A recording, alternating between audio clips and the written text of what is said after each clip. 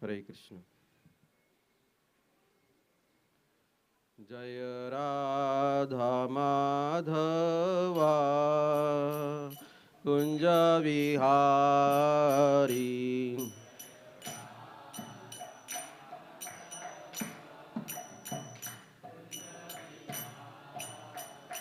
जय गोपी जन वल्लभा गिरिवरधारी,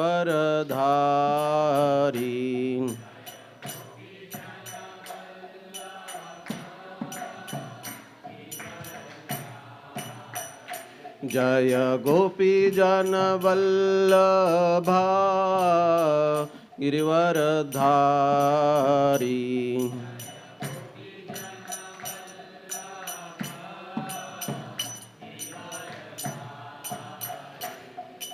यशोदानंदन ब्रज जनरंजन,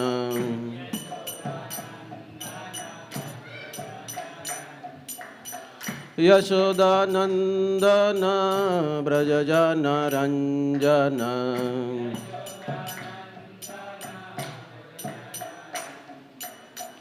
यमुना तीरावनचारी,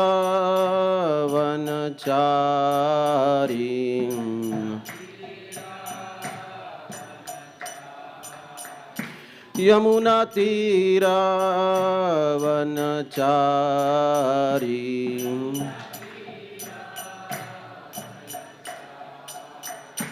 जय राधा माधवा कुंज विहारी,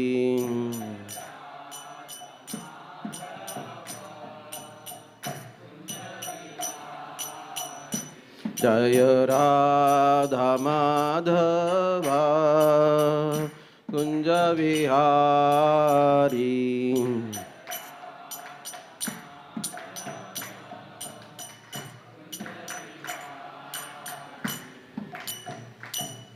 जय ओम विष्णुपाद परमहंस परिव्राजकाचार्य अष्टोत्तर शत श्रीलेसी भक्ति वेदांत स्वामी श्रील प्रभुपाद की जय। जय ओम विष्णुपाद परमहंस परिव्राजकाचार्य अष्टोत्तर शत श्रील भक्ति सिद्धांत सरस्वती ठाकुर श्रील प्रभुपाद की जय। अनंत कोटि वैष्णव वृंद की जय। नमाचार्य श्रील हरिदास ठाकुर की जय। प्रेम से कहो श्री कृष्ण चैतन्य प्रभु नित्यानंद श्री अद्वैत गदाधर श्रीवासदि गौर भक्त वृंद की जय। श्री श्री राधा कृष्ण गोप गोपीनाथ श्याम गुंड राधा कुंड गिरि गोवर्धन की जय। वृंदावन धाम की जय। मथुरा धाम की जय। नवद्वीप धाम की जय। जगन्नाथपुरी धाम की जय। गंगा माई की जय। यमुना माई की जय। तुलसी देवी की जय। भक्ति देवी की जय। गौर प्रेमानंदे। All glories to the assembled devotees, all glories to the assembled devotees, all glories to Shri guru and Shri Gaurang. ओम नमो भगवते वासुदेवाय, ओम नमो भगवते वासुदेवाय, ओम नमो भगवते वासुदेवाय। नारायणं नमस्कृत्यं नरं चैव नरोत्तमं देवीं सरस्वतीं व्यासं ततो जायर्मुदीरयेन्। नष्टप्रायेषु अभद्रेषु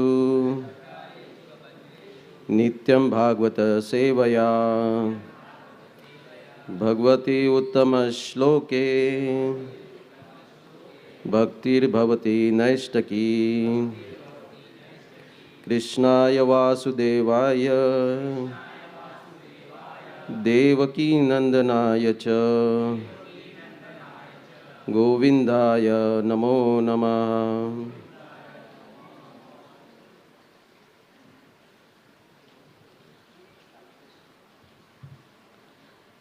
So we are reading from third canto, chapter 5, verse number 7.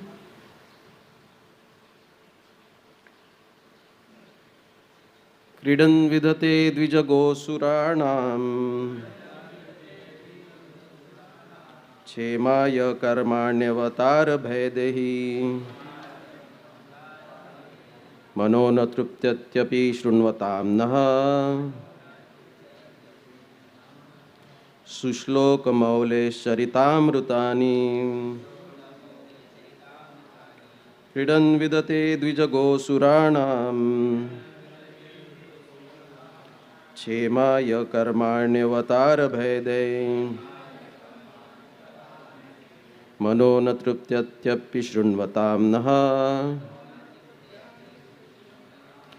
शुश्लोकमौलेश्चरितामृतानि क्रीडन् विदते द्विजगोसुराणाम् क्षेमाय कर्माण्यवतारभेदे मनो न तृप्त्यत्यपि शृण्वतां नः शुश्लोकमौलेश्चरितामृतानि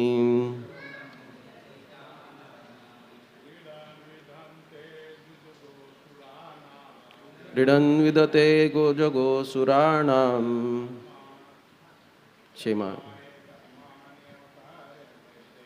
क्षेमाय कर्माण्यवतारभेदः मनो न तृप्त्यत्यपि शृण्वतां नः शुश्लोकमौलेश्चरितामृतानि विदते द्विजगोसुराणाम् क्षेमाय कर्माण्यवतारभेदः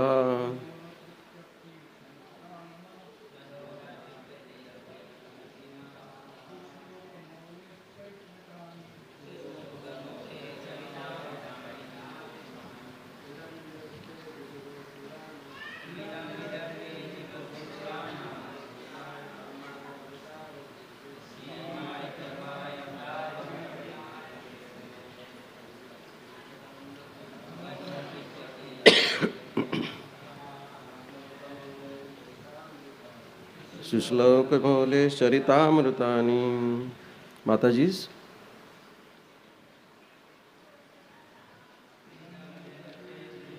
प्रणाम क्षेमाय कर्माण्यवतारभेदे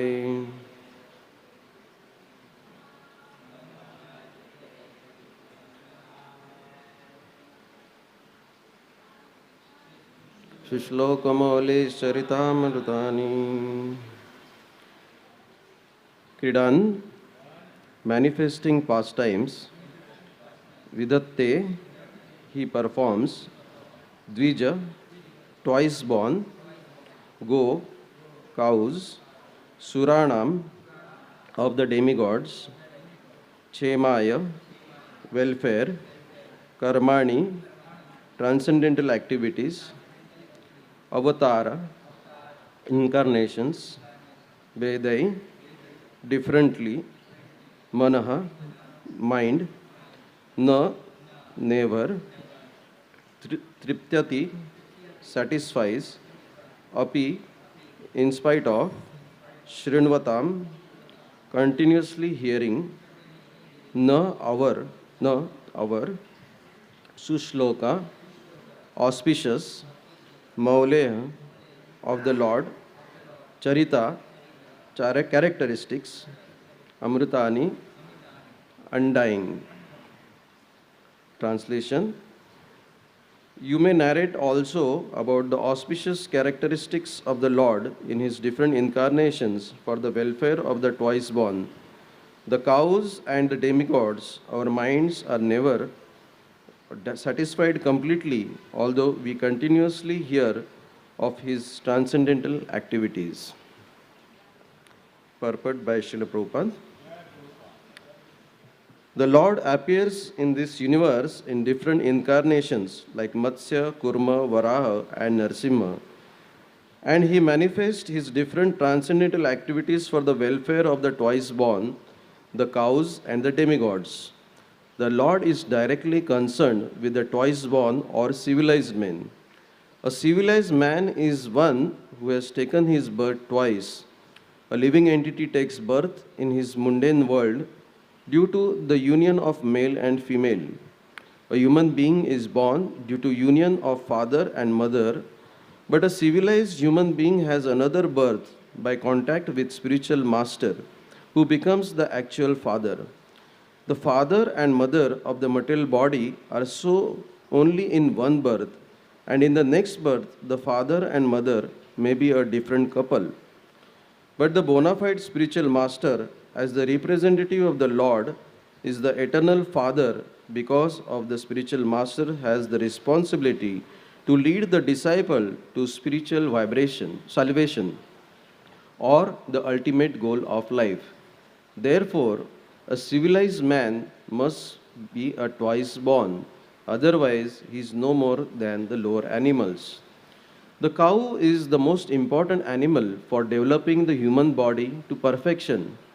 The body can be maintained by any kind of foodstuff, but cow's milk is particularly essential for developing the finer tissues of the human brain so that one can understand the intricacies of the transcendental knowledge. A civilized man is expected to live on foodstuffs comprising fruits, vegetables, grains, sugar, and milk. The bull helps in the agricultural process of producing grain, etc. And thus, in one sense, the bull is the father of humankind, whereas the cow is the mother, for she supplies milk to human society.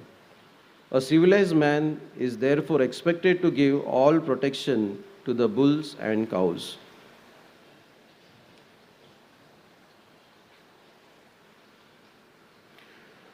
ॐ अज्ञानतिमिरान्धस्य ज्ञानाञ्जनशलाकया चक्षुरुन्मिलितं येन तस्मै श्रीगुरवे नमः श्रीचैतन्यमनोभीष्टं स्थापितं येन भूतले स्वयं रूप कदा मह्यं ददाति स्वपदान्तिकं वन्देऽहं श्रीगुरो श्रीयुतापदकमलं श्रीगुरुं वैष्णवांश्च श्रीरूपं साग्रजातान् सहगणा रघुनाथान्वितं तं सजीवं साद्वैतं सावधूतं परिजनसहितं कृष्णचैतन्यदेवं श्रीराधा कृष्णपादान् सहगणा ललिता श्रीविशाखान्वितांश्च नमो विष्णुपदाय कृष्णप्रेष्ठाय भूतले श्रीमते भक्तिवेदांत स्वामीनिति नामिने नमस्ते सरस्वती देवे गौरवाणी प्रचारिणे निर्विशेषा शून्यवादी पाश्चात्यदेशतारिणे वाञ्छाकल्पतरुभ्यश्च कृपा सिन्धुभ्य एव च पतितानां पावनेभ्यो वैष्णवेभ्यो नमो नमः। हे कृष्णा करुणा सिन्धु दीनबन्धु जगत्पते गोपेश गोपिकान्त राधाकान्त नमोस्तुते तप्त कांचन गौरांगी राधे वृंदावनेश्वरी वृषभानुसुते देवी प्रणामी हरिप्रिये जय श्री कृष्ण चैतन्य प्रभु नित्यानंद श्री अद्वैत गदाधर शिवासदि गौर भक्तवृंद हरे Krishna Krishna Krishna Hare Hare Hare Ram Ram Ram Hare Hare Hare Krishna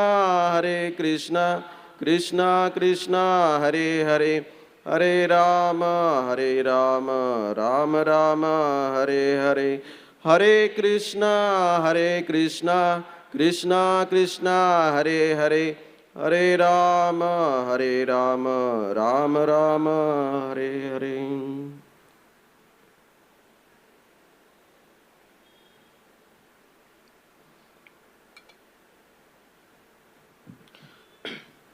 Hare Krishna. So, welcome all of you for the Srimad Bhagavatam class today. I seek the blessings of all the assembled Vaishnavas here, my senior God brothers, God sisters, and those who are watching this class online also.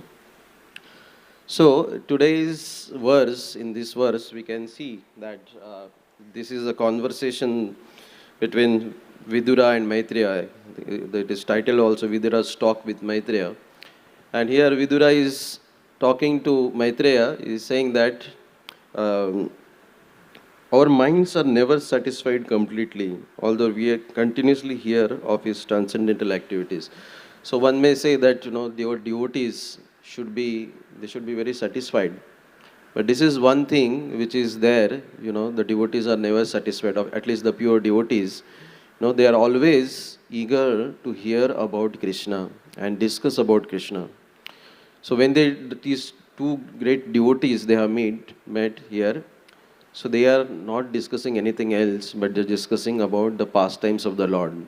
Hmm? And that is the only business for the devotees. When we meet, that is what should happen. We can see this happening in various parts of the scriptures also. We hear that how in Chaitanya Charitamrita, we have heard so many times that Lord Chaitanya, when he was in Jagannath Puri and he was sitting with Gadadhar Pandit, and Gadadhar Pandit was reciting Srimad Bhagavatam, and the seventh canto came where the story of Prahlad Maharaj was there. So Lord Chaitanya was repeatedly telling him that, okay, go back. I want to hear it again and again and again. So we might have heard many stories, many pastimes of the Lord, but every time we hear, every time we listen, there are new realizations which we keep getting. Srila Prabhupada also, when he was with his Guru Maharaj, Srila Bhakti Siddhanta Saraswati Thakur, and when they went for a yatra, so after the lecture was over, Bhakti Siddhanta Saraswati Thakur said that, okay, now those who want, they can go and take darshan, do the yatra, and those who want to sit here and hear the classes, they can do so. So Srila Prabhupada sat there and he was more eager to hear from Bhakti Siddhanta Saraswati Thakur. And Bhakti Siddhanta Saraswati Thakur later on said also that he is going to be a great devotee because he is so eager to hear. So that is the importance of hearing, which demonstrated by Srila Prabhupada also. And we can see that just by hearing, we can develop the love for Krishna. That is the foundational thing which can happen. We can see that how Rukmini, she had not seen Krishna. She was just hearing from the Brahmanas about the various stories and pastimes of Lord. And when she was hearing, she started developing love. And that love went to so extent, she said that she started thinking that I want to marry Lord Krishna. So of course that is the mood of Rukmini. She is the personified of Srimati Radharani. So people may see that, okay, there are so many stories, so many serials also on TV, the devotional serials of Mahabharata and Ramayana. But we cannot develop love by watching that. Yes, that's good at one level. But what we need to do is we need to hear from the pure devotee of the Lord. When we hear from them, then there is a transformation, because the Krishna is sitting in the heart of such pure devotees. And when we hear from them, then that is what happens.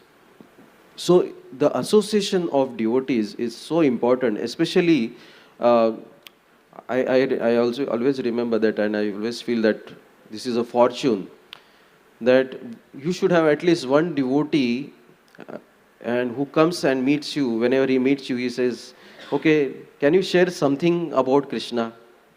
Can you tell something what you have heard, what you have read? And fortunately, I have some devotees in my life who are doing this, and they keep me on check that I have to at least hear something, before at least, or remember. When I see them, I start remembering. What should I? Now he will ask me, that tell me something what you have heard or read. So this is a wonderful opportunity. The association is one is this, like, we are hearing the Bhagavatam class. And the another is that when you have one-to-one association with the devotees or a small group of devotees, and that's where the real exchange, that is the Dati Prati Gurunati, that starts happening. The sharing of, so many intricacies and the practice of devotional. And we get inspired by sometimes hearing their sincerity or seeing their sincerity. That's the importance of the association of devotees and hearing in the association of devotees. And that is what is these two great personalities are teaching us in Srimad Bhagavatam, especially in this particular chapter and this verse. So here the Lord is also talking about the twice born or a civilized man and the civilization, the overall society. So civilization, if you let us try to understand what is civilization and the general understanding, what we see is that uh, people feel that education or knowledge, somebody has a lot of learning or somebody can do critical thinking or, persuasion of some knowledge, they get so many degrees. So that is one level of like, a civilization that people think, oh, so I'm so educated. Or somebody is very law abiding, he will follow everything by the rules.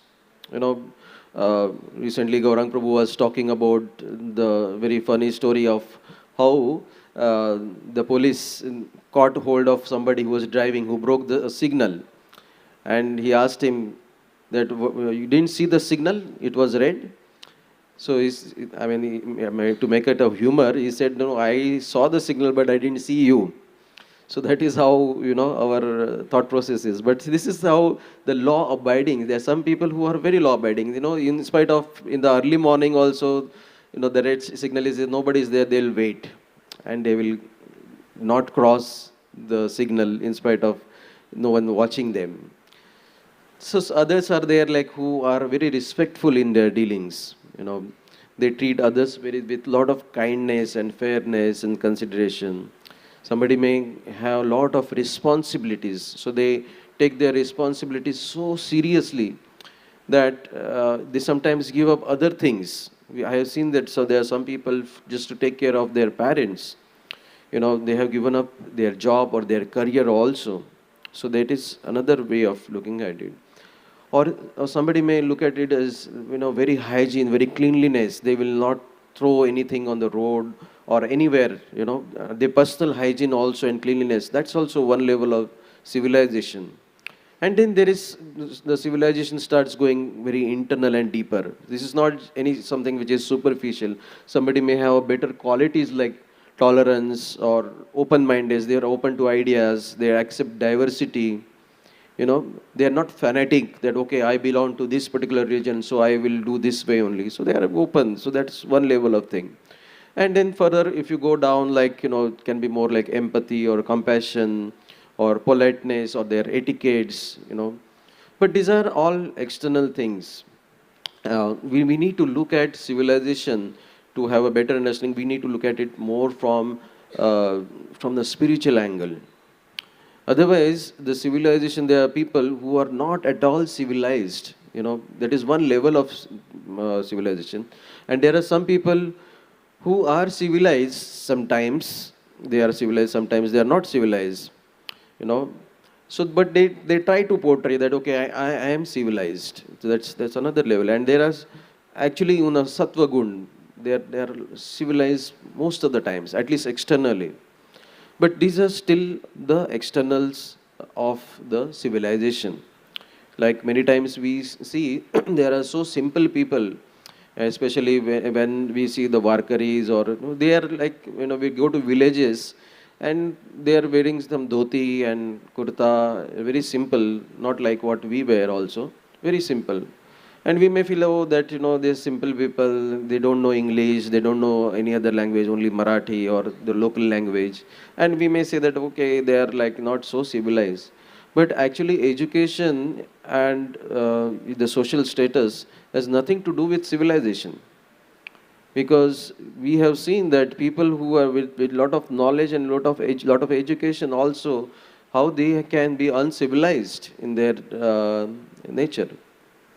So we need to understand from the Shastras or from Srila Prabhupada that what is civilization, what is real civilization. And Prabhupada actually gave us that thing. First thing which he said to all his disciples and to all of us is follow the 4 regulatory principles of no meat eating, no intoxication, no gambling, and no illicit sex.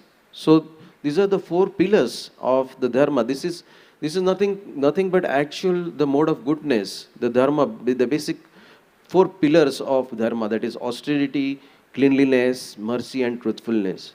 Now, one may say that, okay, no, I may do some austerity and one cleanliness, so cleanliness or mercy or truthfulness, but the real thing is not just the external, or not just as we discuss sometimes. There is lot of scope for all of us to go deeper into each and every aspect of this. Then Prabhupada also mentioned that, okay, engage in God consciousness or Krishna consciousness. So he said that a truly civilized person understands the purpose of life. So we may be civilized, we may be doing things well, but we don't know what is the real purpose of this life. That it is to serve the Lord in such a way that we can, we realize who the God is and develop that love and go back to Godhead. This can be our last life in this material world.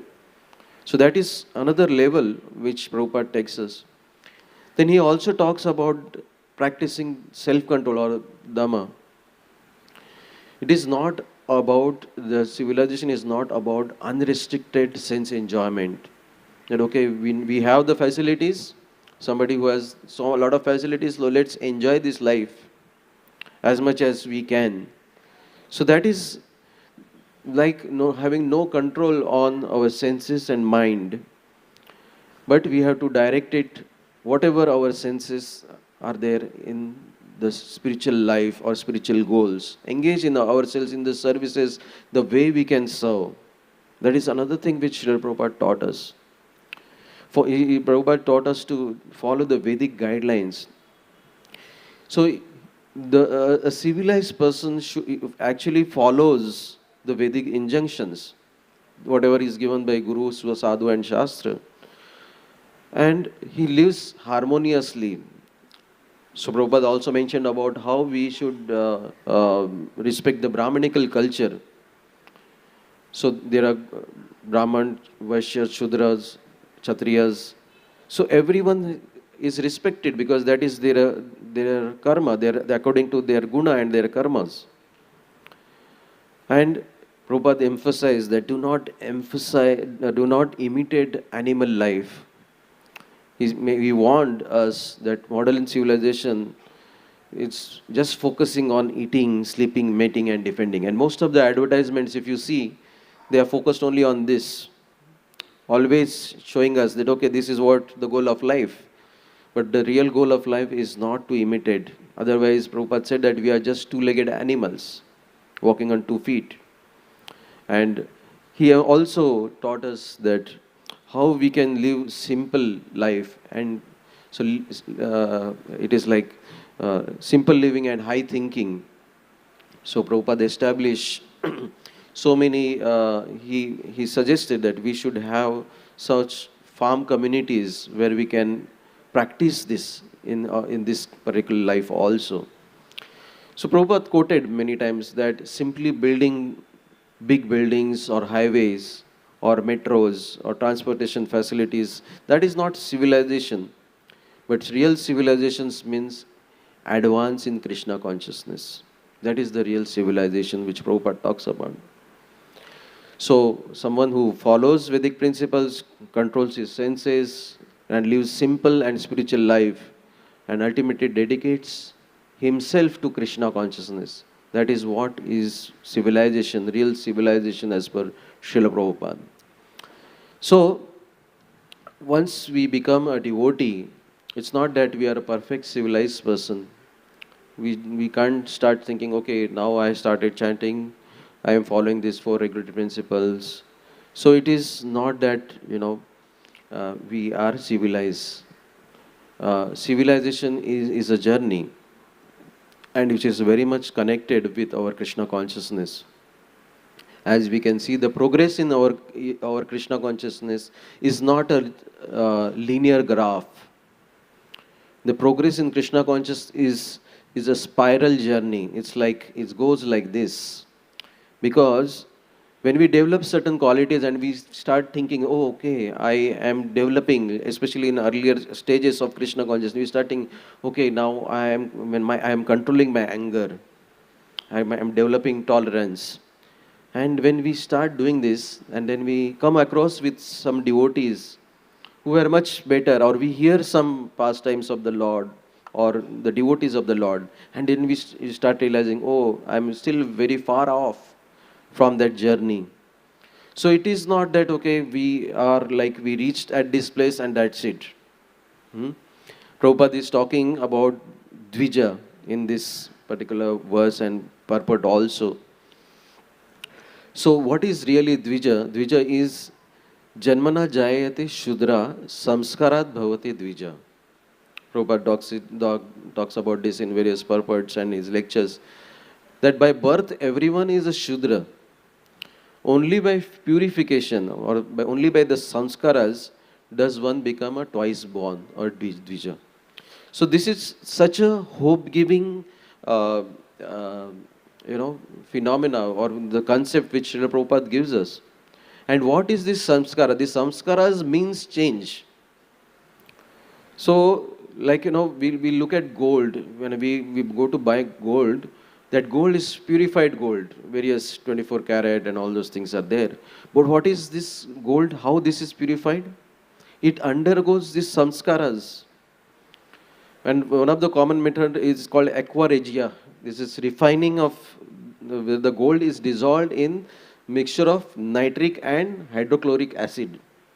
So those who have learned about little bit of chemistry will know about nitric and hydrochloric acid, how powerful they can be. Of course, for purifying, the milder versions are used. But actually it has to undergo that acid test. So all of us, for us to go through this purification, we have to go through these samskaras. And these samskaras are really going to be sometimes acid test for us.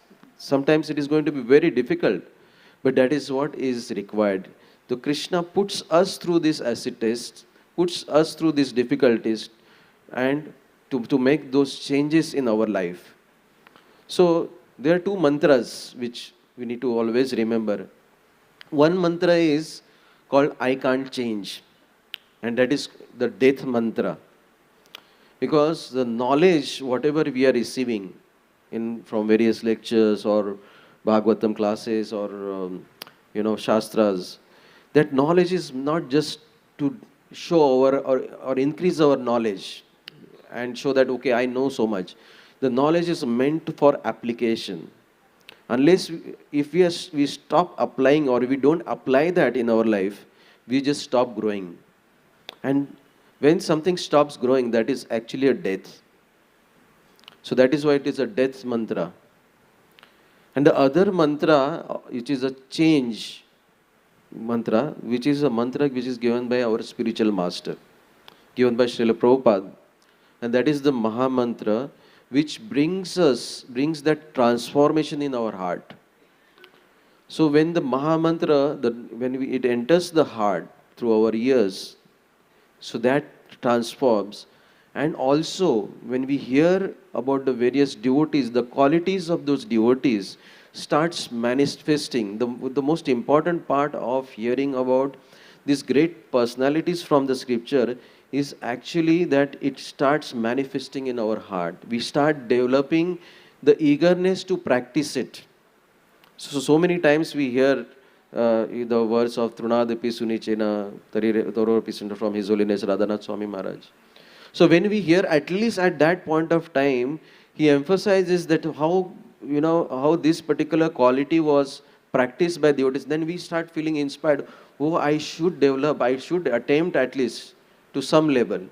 Sometimes when we want to apply, but we are not able to apply because of our conditioning.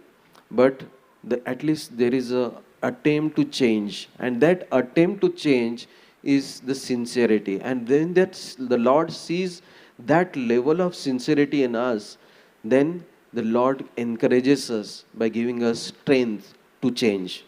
So we have to always choose between these two mantras. And for any change for it to happen within us, we need a coach, we need a guide And we see this in everywhere in the life. Let it be any cricketer. They don't become a famous cricketer or a famous sportsperson or or actors or whatever in their field. Not just like that. Not just that, they have intelligence and okay, one day they just become the successful in their whatever career. So what to talk about the spiritual subjects is which is the topmost for or human life or human form. So the spiritual master is actually here because Srila Prabhupada is talking about how a spiritual master he is the real father and mother. So it is his responsibility to take their disciples to the ultimate goal, the spiritual salvation, the ultimate goal of life to achieve the Krishna Prem. So this term is twice born, which is used here again, which is because of the samskaras. Actually, it was originally for Brahmanas, Kshatriyas and Vaishyas who used to receive this Upaniyan initiation. And now also this practice is there, the ritual takes place. But Srila Prabhupada emphasized the true meaning of Dvija is spiritual rebirth through Krishna consciousness. So this importance of Krishna consciousness, that is the transformation, that is what Srila Prabhupada is talking about. So it can be regardless of any caste or background. Anyone can become truly twice born or Dvija by taking Diksha from a bona fide spiritual master. So that is the highest position, that it's not just about being a Brahmana or a Dvija, but Vaishnava, being a Vaishnava is beyond being a Dvija. So, Prabhupada is taking us from one stage to the topmost stage. And we can see from the pastimes in Srimad Bhagavatam, 10th canto, there is a pastime of Lord Krishna and Balram and Brahmana Patnis.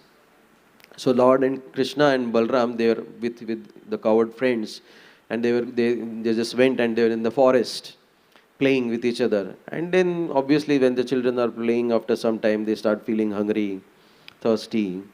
So they started feeling hungry, and then Krishna and Balram told their friends that, okay, why don't you go and get some fruits? There are these Brahmanas who are performing yajnas. They must be having some fruits. And they went, and the Brahmanas, they were busy doing their rituals. They are absorbed. And they said, no, we are performing this yajna, and if you understand, the yajna is performed is for pleasing of the Lord Krishna, Lord Vishnu. It is for their pleasure. But they said that no, we are doing the rituals.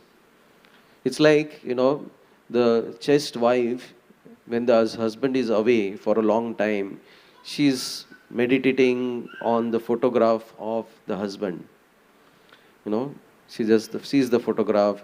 Of course, nowadays this is very difficult, not so difficult. People just do a WhatsApp call and see each other. But at least earlier time, at least they had just a photograph and they used to worship. And what happens if the husband comes and rings the bell and comes in, and he said that, okay, I am there. And the wife says, no, you wait. I am doing the worship of my husband, the photograph. So sometimes the Lord is coming. Here the Lord is coming personally. He's asking for it. And these Brahmanas, they were thinking that no, the ritual is more important. So they focused on rituals. So Prabhupada was totally against this. And when these boys, they approached the wives of these Brahmanas, Brahmana Patnis, they immediately, with natural love for Krishna, they immediately, whatever fruits, whatever they had, they just gave it to them. And then Krishna blessed these Brahmana Patnis, saying that their love is greater than any Vedic ritual. And this pastime actually shows that devotion is superior to mere ritualistic Brahmanical activities. So there are chances, there are things that in our life also, in our Krishna consciousness also, sometimes we may just get involved, so absorbed in the rituals, sitting in a particular direction while doing japa or a gayatri or whatever, that we may lose the essence of what Prabhupada said, that, okay, the hearing and going, let the mantra should go to the heart. Otherwise, it is just going anywhere else. So that something, we may lose. So the Lord is, it is in this purport, it is also mentioned that Lord is directly concerned with the twice born or civilized men. So why this concern? The concern is out of love. Of course, the Lord loves everyone, all the living entities, and He is actually eager that everyone should come back to Him. But He has that special affinity for the Brahmanas or the Dvijas. And now we understand a Brahmana or Vaishnava, I mean more than Brahmana, it is a Vaishnava. Because of the qualities of them. It is not that somebody is born in a Brahman family, that means Krishna starts loving them. No, it's not like that. It is because of this special affinities, there is this concern. And so, why this affinity? Because there is a reciprocation. The love is not one-sided. Only the Lord is loving these Brahmanas. It is, they are also concerned about this. So we see, like, in Remuna, we hear the pastime of Madhavendra Puri. And Madhavendra Puri was actually just thinking or meditating on that kheer which was offered to Radha Gopinath. And he was thinking that how I can make so that I can offer it to Gopalji. So that was his consciousness. It was not that, okay, I am eager to eat that or drink that kheer. It is not his, that was not his consciousness. So when this consciousness of pleasing, how I can please, the Lord also reciprocated. He was given the task of carrying all this chandan all the way from Remuna to Vrindavan, to Govardhan. And that's a long distance. It was not like we had Vande Bharat or a flight which we can take from Jagannathpur or Bhubaneswar to Delhi. It was not like that he can just carry it like that. He had to actually take it on by road. But the Lord reciprocated, okay, I put you through this acid test. I put you through so much of trouble.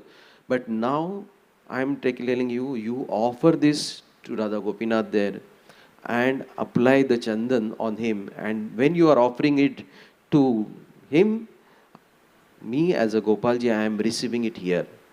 So that is the love, that is the reciprocation. So the Lord may put us through some difficulties, but He will also reciprocate with so much of love and compassion. So everyone wants to be in the good books, especially if somebody who is a influential person. In corporate world, we see that we want to be in good books of boss, the topmost boss. So what to talk about Krishna? He is the supreme. And if we want to really be in the good books, then we just need to follow these things which Srila Prabhupada is telling us. So one has to only undergo that purification, willingly or unwillingly. So the journey begins, and we just need to be part of that journey. So this purification is directly proportionate to our surrender to Guru's instructions. So now we just start thinking that how Srila Prabhupada did this. Actually, Srila Prabhupada, when he met Bhaktisiddhanta Saraswati Thakur for the first time, his understanding of civilization was that he said that first let's get, this independence. Because he was following the movement of Gandhiji. And he was thinking on those lines and he was arguing. Then later on, Prabhupada was happy, said that I was very happy to be defeated by my spiritual master.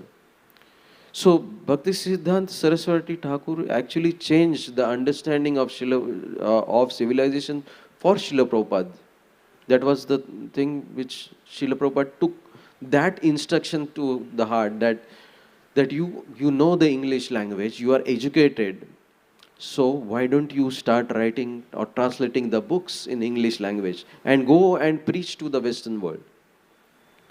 So that's the instruction Prabhupada took, and he went abroad to America, and he actually made the transformation, not just one person to be the entire society. And that is, we may think that okay, Prabhupada went there. But actually, what impact of one pure devotee going there, we cannot imagine unless we go deeper into this. So Prabhupada used to say that, even in lectures, he used to say that this Prajapati Daksha actually cursed Narad Muni. That he said that you will not stay at one place. He said that you will have facility to travel all over the universe, but you will not be able to stay at one place.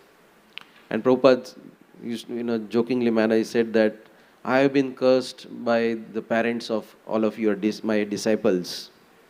That, because they were young boys and girls, and they came and joined Srila Prabhupada. And some of them were not very happy that, okay, our children have gone there. So he said that I am cursed. So that I cannot stay anywhere. And that's how Srila Prabhupada went all across the world to preach the Krishna consciousness. But Prabhupada was very sensitive. Now in this verse or in the purport also, it is mentioned that the real father and mother is the spiritual master. But Prabhupada was very sensitive. He never said that, okay, that who are you? You they are not your father and mother. Their real father, mother is me. It was not like that. So Brahmanand Prabhu, he was explaining that how when he met Srila Prabhupada, and when he became a devotee, and when he took the initiation, Prabhupada told him that you should go and take blessings of your mother. She was there, and her mother was actually shocked because taking blessings means bowing down, and in the Western culture, this was not a culture of falling at the feet of your father and mother to take blessings. And when he was doing, in fact, Prabhupada told him, every time you meet your mother, you should pay obeisances to her. So that is the level of sensitivity and the culture which Prabhupada brought into the devotees. And it is not only for Brahmanand Prabhu, it is for all of us, that how we should also be sensitive and not misunderstand the importance of the real father and mother. So it is the main business of our movement is to become ourselves more and more civilized and help others also to become civilized. So once we become the sadhaka, at least practicing devotees, it is our responsibility to remain civilized. It's not that we start behaving in an uncivilized manner, and that will show our movement or the name of Srila Prabhupada in a very wrong way. So it becomes our responsibility how we behave in a general or public society also. So Prabhupada actually made all these hippies, they were actually involved in breaking all the four regulatory principles. And he made them not only follow the things, but actually made them happy. He went against the rituals and engaged all of them, including the women. That time nobody saw that so many women also were doing so many services. Prabhupada actually gave that thing, the real women empowerment, empowering women to perform so many services. We see that now, that because of Srila Prabhupada's mercy, he gave Brahman initiation to women also, which was not there earlier. And they are able to perform deity worship services. So this is the level of transformation which Srila Prabhupada brought into the society. Now we in this particular purport, Prabhupada is also talking about the cow protection. And he says that the bull is the father of mankind and the cow is the mother. And because she supplies the milk to the human society. And if you can see that Bhagavatam also talks about that how bull is the personification of dharma, it's an emblem of dharma, of moral principles. And the cow is also representative of earth. Prabhupada said that when a bull and a cow, if they are in a joyful mood, then it is to be understood that people of that particular society or that kingdom, they'll also be joyful. So he emphasized so much about the cow protection and how, not just protection, but how we should take care of bulls and cows with so much of love. We see that if a family has to be happy, the father and mother, they have to be in a very good physical and emotional and spiritual state. If they are healthy in all these three areas, then the family is happy. But if there is an imbalance, and that is what we see in today's society, the father, sometimes they are not earning sufficient or not putting the hard work which is required, and mothers are not taking care of the house. Sometimes we see this, and that is where we see so much of challenges in today's society, and then the children are not happy. So that is the compromise which is happening. So the reason is that the bull helps actually in the production of grains. This is what actually it was happening in a few years back, if you see, and some places now also, because they are helping in production of grains in agriculture field, working hard. That was the bull's service, and the cows, they were delivering milk. So the miracle of aggregated food values, Prabhupada talks about this. So it is important for us to protect the bulls and the cows in this also. So how we can do practically? So earlier few years, like at least for our generation, we have seen whenever we used to go to our villages, we used to see that in our houses there were at least 1 or 2 cows and buffaloes also. So that was the culture there.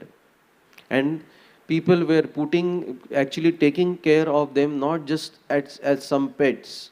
Nowadays, people have cats and dogs, and they become the family members. But earlier, of course, all these cats and dogs and other animals were there, but the cows and bulls were given special attention, and they were treated as a family member. When if a cow or bull leaves the body, people used to literally cry for them. So they were treated like a parents, they were treated like a father and mother of the house. That was the level of respect which was given. Today also we see sometimes in villages, at least, in Maharashtra we celebrate Pola, where the bulls, they are actually worshipped, they are decorated. Their horns are made colorful, they put some shawls, garlands, they are fed very nice prasad of bhakri and fruits and all those things. So that is the culture. But slowly that culture we are losing that culture. It is, sometimes people say that why are you engaging these bulls in so many heavy services? It's a cruelty. But actually the bulls are meant to be engaged in heavy services. If they are not engaged in the heavy services, they may lose their purpose actually. So, and the cows, should be treated with love and care. So that is the thing which was there. So in current situation also, we can still take care of cows. We can show our love for cows, although we are staying in houses like flats and all these things, there is no place. But at least those who are taking care of cows in villages or other places, we have Govardhan village, we are fortunate. So we can use the cow products, like milk, ghee, or the cow dung, like whatever which is available, which are the products which are coming from the cows. We can use this in the service of the Lord. We can support these organizations which are protecting the cows, because we can adopt a cow. At least we cannot have the cow, but at least we can adopt a cow. Financially, at least we can give some donations.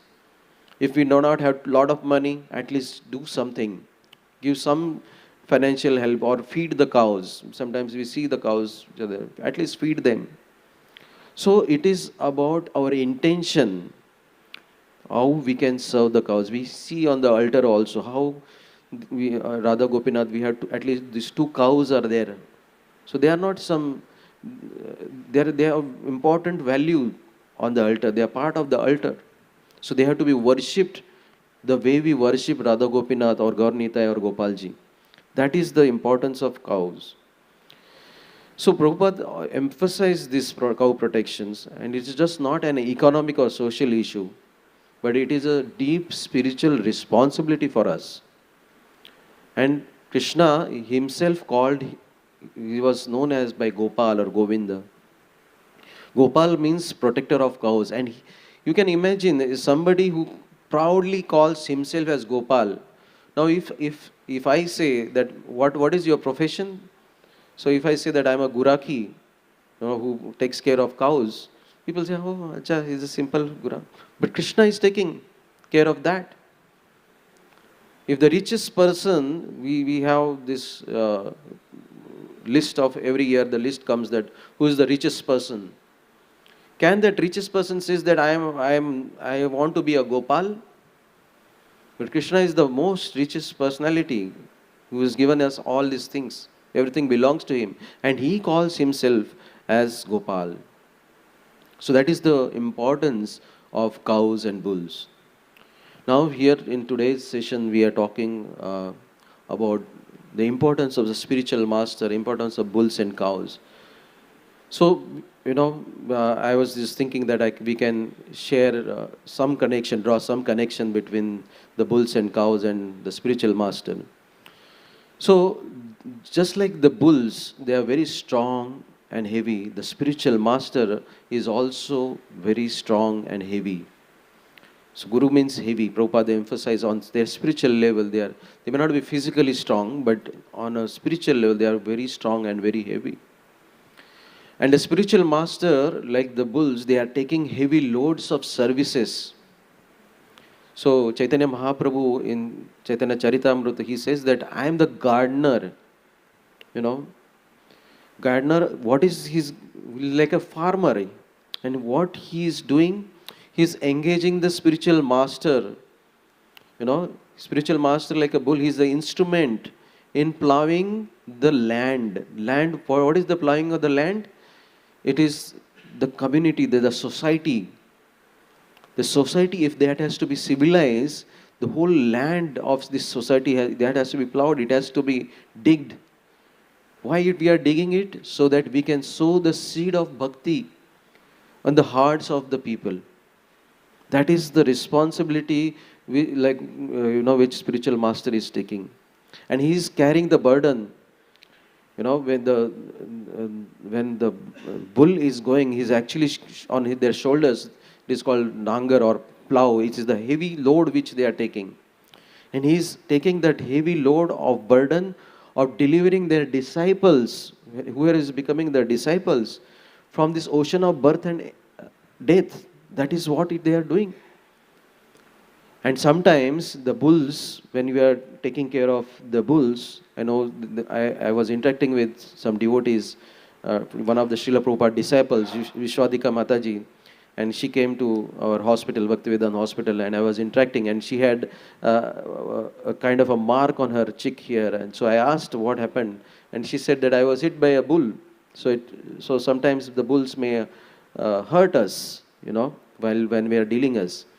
So we may feel hurt, but she was taking it, so it is a sign of love. I will always remember the cow and the bulls. But that's why I don't want to work on this. Let it be that sign of love on my cheek. That was her realizations. So sometimes when we are engaging in services, some services may be really difficult and may be purifying us and may hurt. We may feel that, I am going through so much. Why my spiritual master is telling me to do so much of austerity?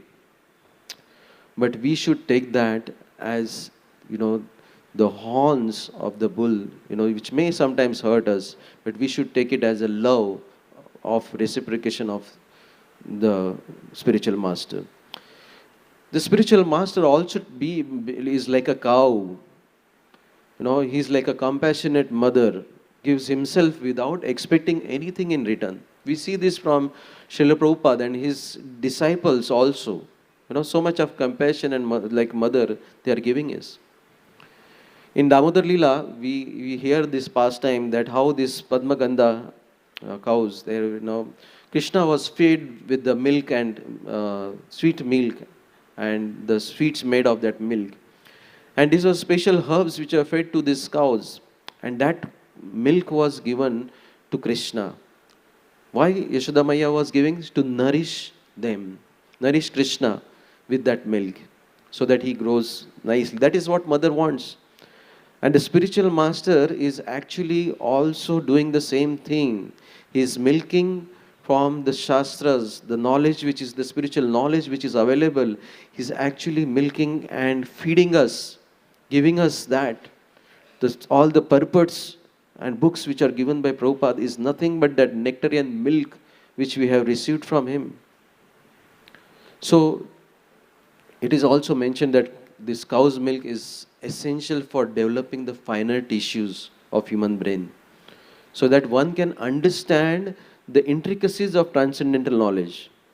So he extracts this essence from the Shastras and offers that nourishment, the Krishna's teachings. So if we take care, if we, today's theme of this class also, the purport is that how we can become the Dvija and receive the favor of the Lord. So to receive the favor of the Lord, if we take care of the spiritual master and the cows and bulls, so a sincere disciple, we must reciprocate by taking care of the priceless relationship between these two personalities, the sacred cows and the spiritual master. One may think that, how can I take care of spiritual master? He is the one who is taking care of me, but it is the same that if we reciprocate, if we take care by shouldering their responsibilities that he has entrusted upon us. That is what exactly Srila Prabhupada did for Bhaktisiddhanta Saraswati Thakur. And it is our duty to take care of them. So through the acts of devotion, if we connect to Krishna's infinite love and mercy, and ultimately it will guide us to our ultimate destination, that is the association, eternal association and service of the Lord. And that can be achieved by the mercy of the spiritual master, mercy of the cows and bulls. So these are some thoughts which I thought I can share. I'm sorry I went over time. So thank you so much for your patience and tolerance. And please forgive me if I have spoken something beyond my realizations here. Thank you very much. Granthara Srimad Bhagavatam ki jai. Srila Prabhupada ki jai. Hare Krishna.